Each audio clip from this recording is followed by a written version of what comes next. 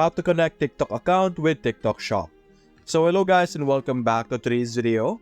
In today's video, let's teach you how you will be able to connect your TikTok account to your TikTok store over here. So first things first, look over here on the left side. You have your different features over here, different pages. Navigate to my account over here. And as you can see, there's an option called Link TikTok Accounts. Simply open this and you will be able to see all the different TikTok accounts currently connected to your TikTok, as you can see here. So you could see that I have one official TikTok account already connected to it, and I could unlink it and then connect another account. So you could do this a total of 3 times. So you could have 3 different TikTok accounts that you could be connected to. Not at the same time, of course, but that's the maximum limit that you have. And then you could also have some marketing accounts over here.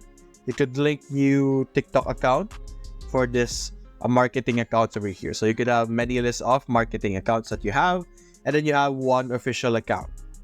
So that's basically it, guys. If you enjoyed this video, leave a like and subscribe. Thanks for watching.